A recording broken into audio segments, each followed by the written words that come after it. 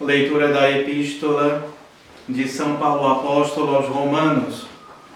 Irmãos, sabemos que já é chegada a hora de nos levantarmos do sono, porquanto está mais próxima a nossa salvação do que quando recebemos a fé. A noite passou e o dia se aproxima. Deixemos, portanto, as obras das trevas e vistamos as armas da luz. Caminhemos como de dia, honestamente, não em gulodice e em embriaguez, não em desonestidades e dissoluções, não em contendas e emulações, mas revestivos do Senhor Jesus Cristo. Seguida do Santo Evangelho, segundo São Lucas. Naquele tempo disse Jesus a seus discípulos: haverá sinais no sol, na lua e nas estrelas, e na terra consternação das gentes pela confusão em que as porá o bramido do mar e das ondas, mirrando-se os homens de susto na expectativa daquelas coisas que virão sobre todo o mundo, porque as virtudes do céu se abalarão, e então verão o Filho do Homem vindo sobre uma nuvem, com grande poder e majestade. Quando começarem a cumprir-se estas coisas, olhai e levantai as vossas cabeças, porque se aproxima a vossa redenção. E propôs-lhes depois esta comparação: olhai para a figueira e para todas as árvores. Quando começar a dar frutos, conheceis que está próximo o estio. Assim também vós, quando virdes que vão sucedendo estas coisas, sabei que está próximo o reino de Deus. Em verdade vos digo que não passará esta geração até que se cumpram todas estas coisas. Passará o céu e a terra, mas as minhas palavras não passarão.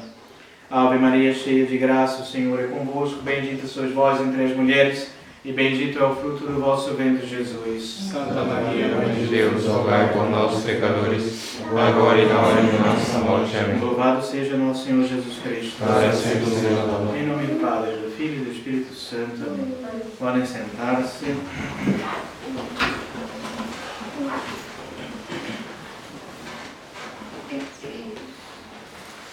Estamos já no primeiro domingo do Advento.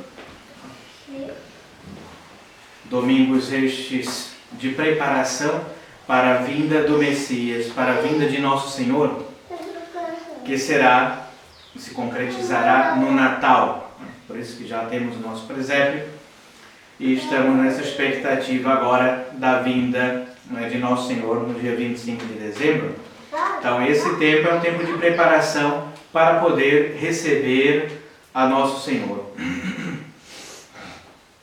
O Evangelho de hoje, tirado do livro de São Lucas, fala do advento de Nosso Senhor nos últimos tempos, da segunda vinda de Jesus.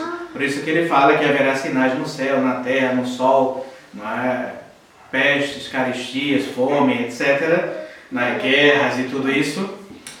E ele diz que isso é um sinal do final dos tempos e que Nosso Senhor está próximo.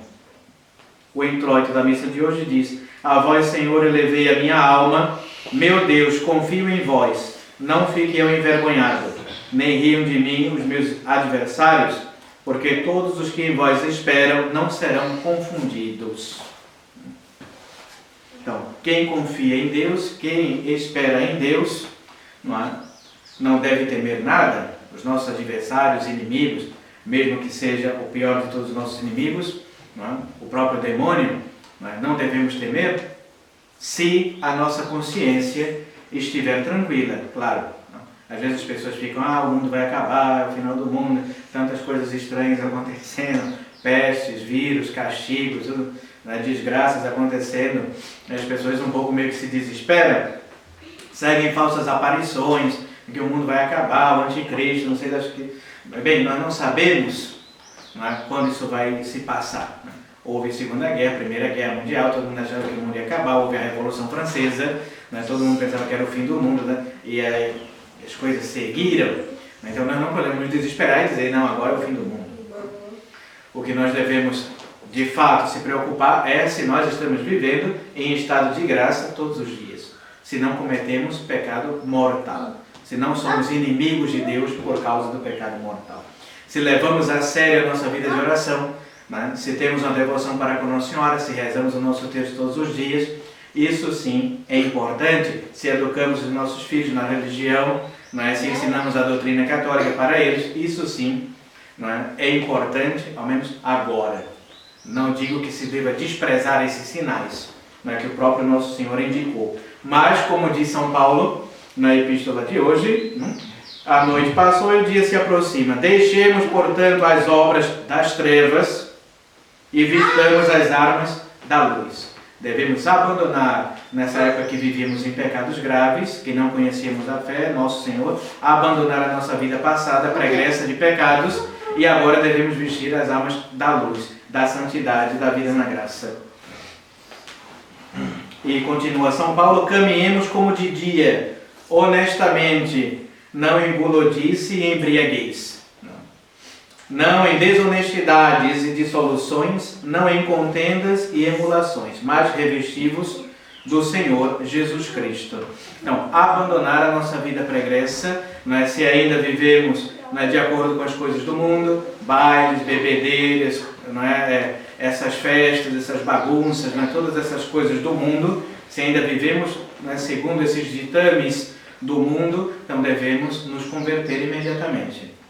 Por quê? Não sabemos o dia nem a hora. Nosso Senhor pode vir hoje, amanhã, sei lá, ou daqui a 100, 200, 300 anos, não sabemos quando. Porém, nós, porque não sabemos, devemos estar prontos. O próprio Nosso Senhor também, em outra parábola, diz que se o pai de família, o dono de casa, soubesse que o ladrão viria, né, à noite, ficaria vigiando, né, armado, né, esperando o ladrão vir. Mas, né, como nós não sabemos quando vem o ladrão, né, senão não nos encontraria desprevenido, que é o que acontece de ordinário. Né? Ninguém tem bola de cristal para prever as coisas, ninguém é adivinho. Né? Então, se preparar. E diz que o final dos tempos vai ser assim, que Nosso Senhor virá como um ladrão, em analogia a essa parábola, né, que vai pegar a maioria desprevenida. E é o que sempre nós vemos, a maioria das pessoas sempre desprevenidas. Devemos meditar todos os dias nos nossos novíssimos, morte, juízo, inferno e paraíso. Se meditássemos todos os dias nisso, que vamos morrer, que seremos julgados imediatamente após a nossa morte, que podemos ir para o céu ou para o inferno, né, jamais viveríamos uma vida, né, de dissoluções. Então, no Evangelho de hoje, a Igreja propõe, então, uma meditação sobre o juízo final. A maioria das pessoas não gostam de pensar sobre isso. Sobretudo no modernismo, né, na Igreja Nova, todo mundo só fala de paz, de amor, de alegrias, etc., do céu. Né? Dificilmente alguém fala sobre essas realidades também que virão após a nossa morte. Né? Nem todo mundo vai para o céu. Pelo contrário, parece que a maioria, né, se condena, dizem os teólogos e até os santos, aí a própria Sagrada Escritura, de Sodoma e Gomorra, que eram duas cidades enormes, só se salvou uma família, que foi a de Ló. O resto, tudo foi destruído naquelas duas cidades por conta do pecado de sodomia, por isso que vem de Sodoma, esse pecado dos sodomitas, né? O pecado de homossexualismo, né? Dessas degenerações aí modernas também. Depois Deus acabou com o mundo, né, uma vez, com o dilúvio, e somente uma família sobreviveu, que foi a família de Noé. Então parece que poucos são os que se salvam e a maioria se condena. Na época do dilúvio, todo mundo achava que Noé era louco por construir aquele barco enorme, né, a arca, e todo mundo vivia, como diz São Paulo, comendo, bebendo, se embriagando com gulodices, etc., nos carnavais e nos bacanais, aí, e ninguém dava atenção para Deus, né? E por esse castigo que houve, né? E praticamente toda, né, a geração desapareceu. Somente a família, né, de Noé sobreviveu. Então parece que para ir para o céu devemos sofrer um pouco e fazer muita penitência. Considera, pecador, que este mundo brevemente há de acabar. Então devemos ter sempre em mente isso. Um dia esse mundo vai acabar. Não devemos nos apegar a essas coisas criadas. E perto do seu fim, ele há de ser atribulado com grandes pestes, fomes, guerras, inundações, terremotos, etc., como também fala São Lucas no Evangelho de hoje. Próximo do fim do mundo haverá esses desastres. Tudo isto é o princípio de grandes dores e de grandes males. Todo este mundo há de ser abrasado com espantosos redemoinhos de fogo e será reduzido a um montão de cinzas com todos os seus viventes. Santo Tomás de Aquino também é dessa tese, né, de que o final dos tempos, então, primeiramente Deus destruiu o mundo e sobrou Noé por água, chuvas, 40 dias e 40 noites de chuva, e Santo Tomás diz que agora, no final dos tempos, quando vier Nosso Senhor e acontecer todas essas catástrofes, o mundo será destruído por fogo, porque não sobrará mais nada. Será o último julgamento.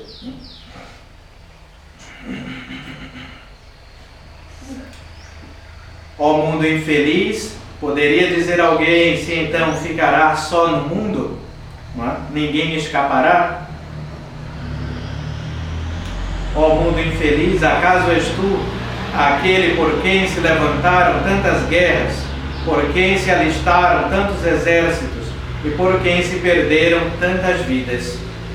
Quantas guerras foram feitas por causa de um pedaço de terra, por causa disso ou daquilo? Exércitos que se levantaram, um matando o outro por conta desse mundo.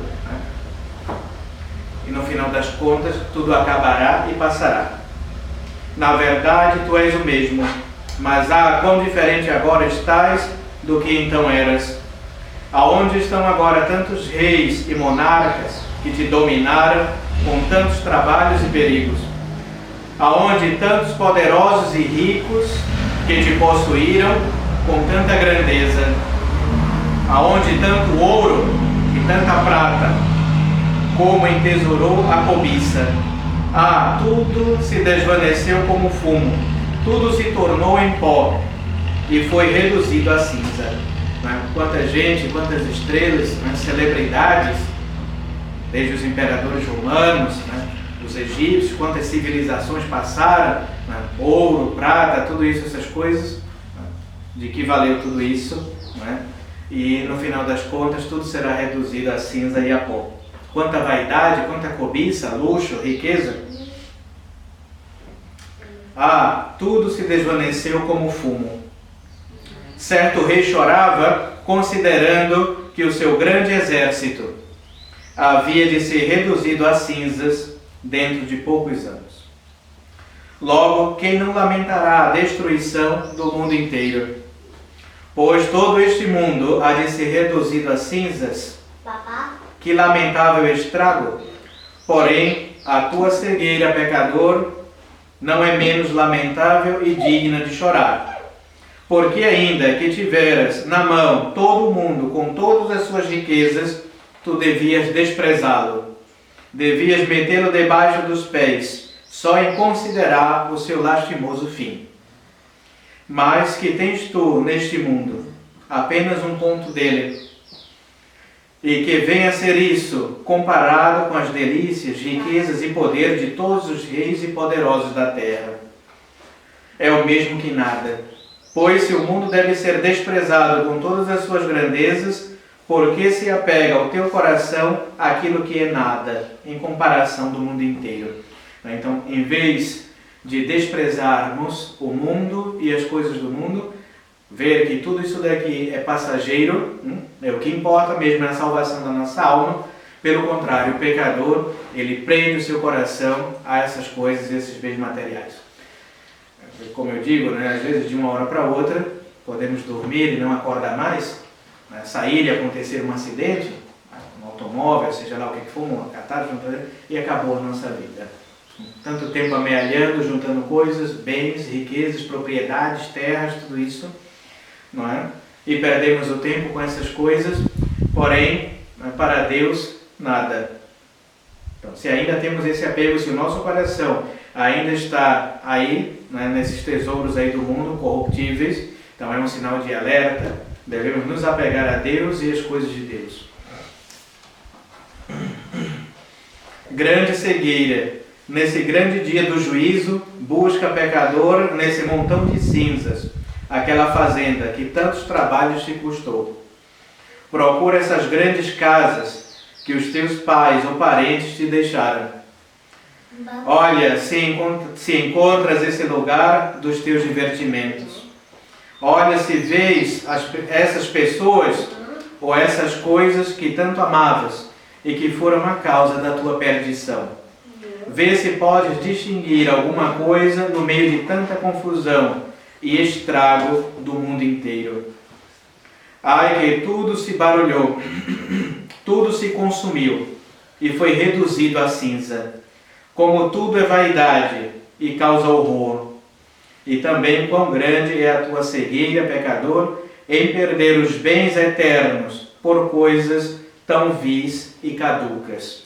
Então, em vez de desperdiçar o nosso tempo com essas coisas passageiras, com vaidades, com divertimentos, né, aí pagãos, devemos ir mais à Santa Missa, assistir mais à Santa Missa, procurar a confissão sacramental, se arrepender de todos os nossos pecados passados, né, levar uma vida, né, mais católica, mais fervorosa, de oração, rezar o texto todos os dias, se consagrar a Nossa Senhora, como pede São Luís Maria Grignon de Montfort, né, mudar os nossos hábitos, né, jogar fora todas essas roupas indecentes que usamos, maquiagens, essas coisas horríveis, né, que só nos trazem vaidades, né, luxúria, essas coisas luxuosas, né, uma vida que não é uma vida católica, procurar mais uma vida recatada, de silêncio, de oração, de desprendimento de tudo isso, em vez de pregar o nosso tempo com coisas inúteis, não é? Fazer mais a meditação, ler bons livros sobre a vida de Nosso Senhor, sobre a vida de Nossa Senhora, sobre a vida dos santos, não é? Meditar mais, que tudo isso aqui é passageiro, não é? Que nada aqui durará para sempre, não é? Que tudo será reduzido a cinza, não é? Inclusive esse corpo que nós embelezamos aí, que temos tanta vaidade, não é? Vai para o cemitério e também vai virar pó. Tudo, as roupas bonitas, as traças vão comer, o ouro, tudo isso vai virar pó. Tudo aqui vai virar pó e ser destruído. Então, o que é que eu devo me apegar? É a vida de oração, é a vida de santidade, uma vida honesta, uma vida justa, correta e agradável aos olhos de Deus. Seguir os mandamentos, a lei de Deus e não os ditames do mundo, das modas, dessas coisas que vão passar. Se apegar ao essencial, que é Deus. E o resto, sobretudo a Eucaristia, ter grande amor a Nosso Senhor no Santíssimo Sacramento, fazer visitas a Jesus no Santíssimo Sacramento, tomar parte nas adorações e bênçãos do Santíssimo Sacramento, querer estar próximo do altar de Deus, isso é o que importa. O resto tudo é bobagem. Ave Maria Puríssima, sem pecado concebida. em nome do Padre, do Filho e do Espírito Santo.